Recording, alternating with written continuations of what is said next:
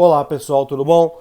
A aula de hoje eu vou retomar o conceito de eletrólise porque faz parte da ideia de Faraday, tá? E nós vamos falar um pouquinho das leis de Faraday, da aplicabilidade da corrente elétrica para produzir materiais. Então vamos lá. Só para retomar, a eletrólise, galera, é um sistema químico, tá? Em que você faz uma reação química através de indução eletromagnética, ou seja, você necessita de energia elétrica para que o processo aconteça. A eletrólise é não espontâneo, certo? E o processo eletrolítico, ele tem aquela sequência que vocês já viram, tá? Ele pode-se dizer que a eletrólise é um fenômeno de decomposição de uma substância. A eletrólise ocorre em solução aquosa ou ígnea, né? Vocês já viram isso. Você tem cátodos e ânodos da eletrólise que fazem, através da corrente elétrica, a captura desses materiais, fundido ou em sistema aquoso. Eu coloquei um exercício aqui só para complementar, né? Olha lá. Só para vocês lembrarem. Mais um aqui. Tá? E o processo eletrolítico, ele pode ser ígneo ou aquoso, conforme eu já falei para vocês. Ígneo é quando o material é fundido, tá? Passa para sua fase líquida, por isso que necessita de um potencial energético elevado, tá? Lembre-se desse detalhe. E na aquosa é quando o eletrólito está dissolvido em água, só que a gente tem que lembrar que há prioridade na reação em sistema aquoso. Às vezes, os íons eles descarregam, ou seja, eles reagem antes ou depois do hidrogênio e da hidroxila da água. Então, isso daí pode interferir no processo, vocês vão ver, tá? Olha lá, o polo negativo, os cátions recebem os elétrons e descarregam. No polo positivo, os ánodos, tá, específicos, os ânions perdem elétrons e descarregam. Na eletrólise, o polo negativo é o cátodo e o polo positivo é o ânodo, é o contrário da pilha, só para lembrar para vocês, tá? A eletrólise ígnea do cloreto de sódio, vamos supor aqui, ó. Então a gente tem no polo negativo o sódio descarregando, no polo positivo o cloreto descarregando e formando gás cloro, tá? A proporção é 2 aqui por causa dessa questão do gás especificamente. Então vamos lá, a gente faz o balanceamento, a gente tem a reação global da eletrólise, olha lá, certo? Para produzir sódio e gás cloro. No cátodo de uma célula de eletrólise sempre ocorre a deposição, uma semi-reação, produção de corrente, etc. Vamos lá, uma semi-reação da redução. Tá aí a ideia para vocês. Tá? A eletrólise do cloreto de sódio fundido produz sódio, metálico e gás cloro. Nesse processo, cada íon, olha lá, o sódio recebe o elétron. O alumínio emitido através da eletrólise da bauxita, para indicar a alternativa falsa. Eu tô colocando exercícios, galera, tá? Que é para vocês terem uma noção de o que acontece no processo aí. Na verdade, isso daqui já foi para vocês, né? Só estou retomando para vocês terem a ideia. Na eletrólise aquosa teremos a presença de 2 cátions e 2 ânions. Tá? Por que 2 cátions e 2 ânions? Não podemos esquecer que, como está passando a corrente elétrica pela água, a gente pode ter uma indução de hidrogênio, formando gás hidrogênio, e da hidroxila, formando gás oxigênio. Tá? Então a gente tem que lembrar da ordem de descarga dos íons, porque a hidroxila ela pode ter essa modificação.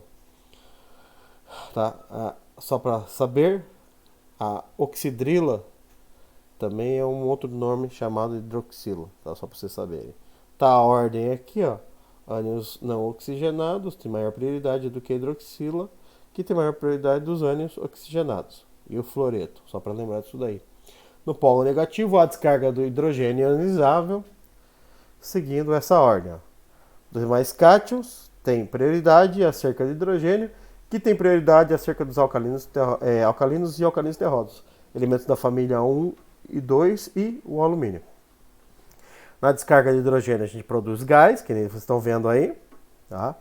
Na descarga da hidroxila a gente vai produzir gás oxigênio, conforme vocês estão vendo no processo. Então, por exemplo, a eletrólise aquosa do cloreto de sódio. Tá?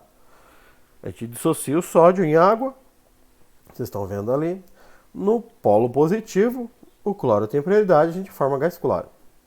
Tá? No polo negativo, o hidrogênio vai ter prioridade, então vai ser formado gás hidrogênio. Então, se a gente usar o sal de cozinha em meio aquoso, a gente vai ter produção de gás cloro e gás hidrogênio, certo? Essas serão as semi-reações específicas. E na solução a ficar os íons sódio e hidroxila, a gente consegue ainda como subproduto dessa eletrólise produzir soda cáustica. Tá? Tá aí para vocês. Ó, global, por causa dessa questão da soda, fica dessa forma aí.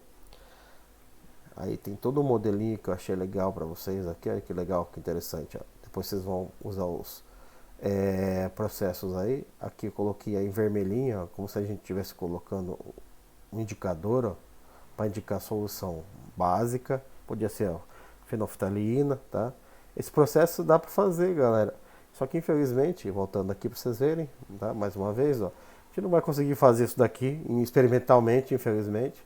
Então eu tive todo um cuidado de criar isso daqui para vocês em PowerPoint, para vocês acompanharem a ideia. Olha lá, desse lado a gente produz gás cloro, do outro lado vai sair o gás hidrogênio. Olha que legal. E ela vai formar a soda cáustica. Você consegue evaporar esse restante de água e retira a soda. No sulfato de cobre, vamos lá. Tá lá a ionisização, a dissociação, só para vocês lembrarem. No ânodo, que é o polo positivo, a hidroxila vai descarregar. Tá? No cátodo, o íon vai descarregar, vai ser o cobre. Então ficam nas soluções H+ e SO4, a gente vai ter formação de ácido sulfúrico, tá? Como subproduto. Olha que legal isso daqui, ó. Eletrólise aquosa do sulfato de cobre. Aqui um exercício, só para vocês observarem, tá? A resolução aí, ó, todo o processo, tá? Resposta B. Aí na eletrólise de solução diluída de ácido sulfúrico, os gases produzidos. Tá toda a resolução, ó, passo a passo, para vocês retomarem de novo. Ó. Olha que legal. E aí vamos para a parte principal da aula. Aquilo lá era só uma revisão para vocês lembrarem do que acontece. Faraday, ele conseguiu estabelecer para nós duas leis que regem o aspecto da eletrólise específica. Tá? Primeira lei. A massa de uma substância formada durante o processo de eletrólise é diretamente proporcional à carga que passa pelo circuito. Tá? Aí a gente tem a fórmula. Quantidade de carga é a intensidade da corrente pelo tempo, né? Consequentemente, a primeira lei de Faraday vai ser descrita dessa forma que vocês estão vendo aí. E agora vamos lá. A segunda lei de Faraday. A segunda lei de Faraday, a massa de uma substância formada ou transformada numa eletrólise é diretamente proporcional ao equivalente grama dessa substância. Tá? Mas a gente não vai aplicar isso daqui, é só para vocês terem conhecimento mesmo. Associando as duas leis, a gente vai ter uma síntese, que é essa daqui. Tá? A constante é 1 sobre 96.500, que é o Coulomb, né? Então a fórmula elaborada de Faraday é dada dessa forma aí. Tá? Na apostila está bem sintetizado lá. Eu coloquei mais amplo para vocês, a segunda lei e a primeira lei, para vocês interpretarem as fórmulas depois aí. E coloquei exercícios que vocês verão a seguir, que vai corresponder à aplicabilidade disso daí. Então vamos lá. Olha lá. Primeiro exercício. Uma solução de cloreto de prata é eletrolizada durante 965 segundos por uma corrente de 1 ampere. Qual é a massa de prata que a gente consegue depositar? Então, como que a gente calcula isso? O tempo está em segundos, a intensidade está em ampere, a massa eu não sei. Aplicando a fórmula, tá? A fórmula é essa daí. Faz a substituição, tá?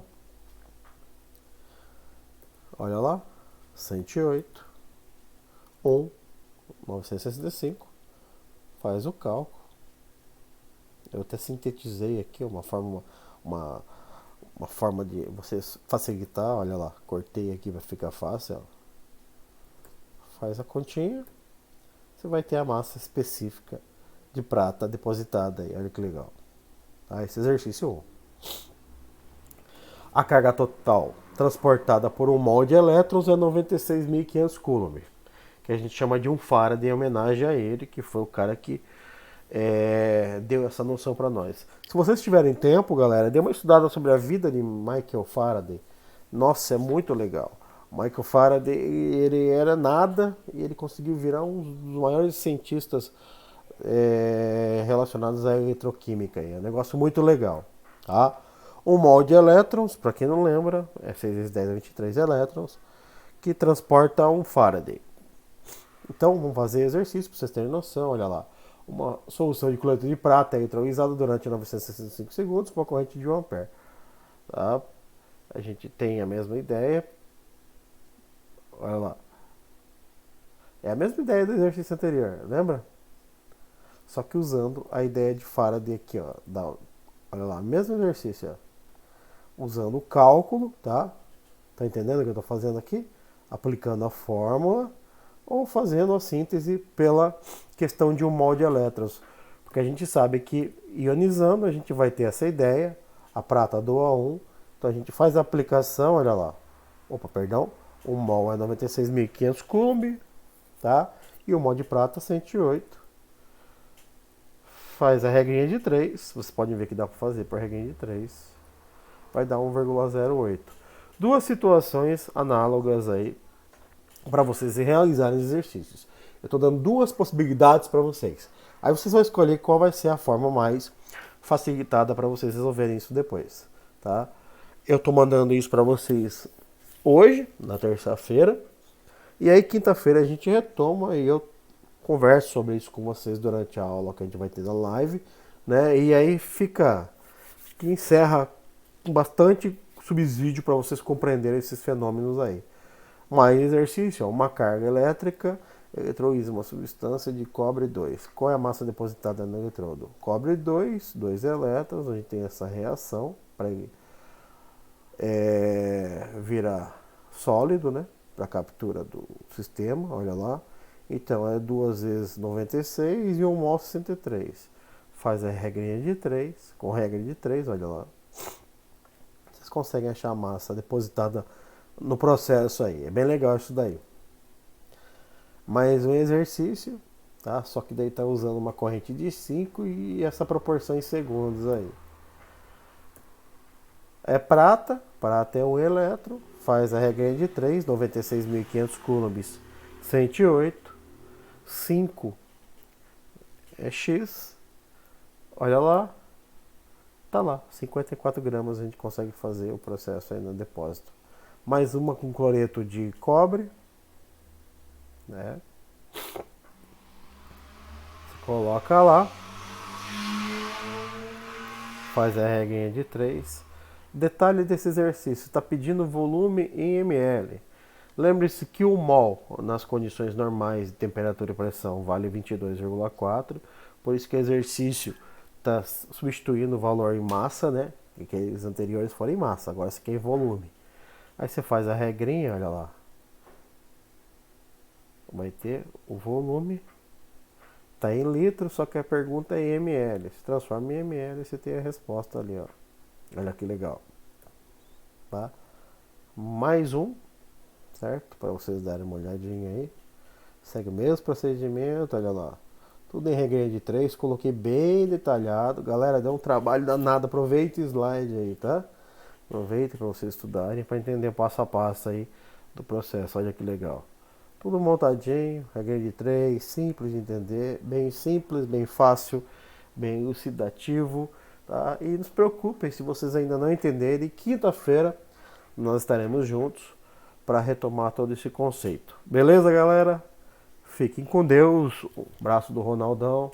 Até a próxima. Vai anexo para vocês o PowerPoint e o PDF. Dúvidas, eu estou à disposição. Mandem mensagem que eu, com prazer, receberei todas e responderei. Obrigado, um abraço.